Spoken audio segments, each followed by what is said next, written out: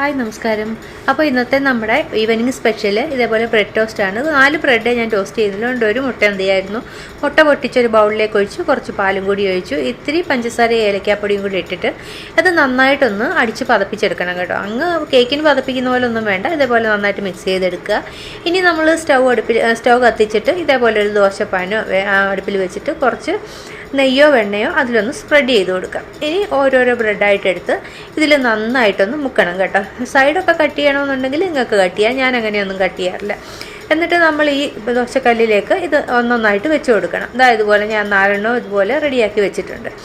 എന്നിട്ട് ഒരു ഇച്ചിരി ബാക്കി ഉണ്ടായിരുന്നു ഇതിനകത്തെ മിക്സ്, അത് ഇതിൻ്റെ പുറത്തേക്ക് നമ്മൾ അങ്ങ് ഒഴിച്ചു കൊടുത്തു. അതിപ്പോൾ നല്ലതായിട്ടിരിക്കും ഈ ടോസ്റ്റ് ഉണ്ടാക്കി കഴിയുമ്പോൾ. നന്നായിട്ട് മിക്സ് ഉണ്ടാവണം. ഇത് ഇത്തിരി കൂടി വെണ്ണയോ നെയ്യോ കൂടി ഒഴിച്ചു കൊടുക്കാം. ഇതിപ്പോൾ നമ്മുടെ മുരിഞ്ഞുകൊണ്ടിരിക്കുവാണെങ്കിൽ നല്ല മണം വരുന്നുണ്ട്.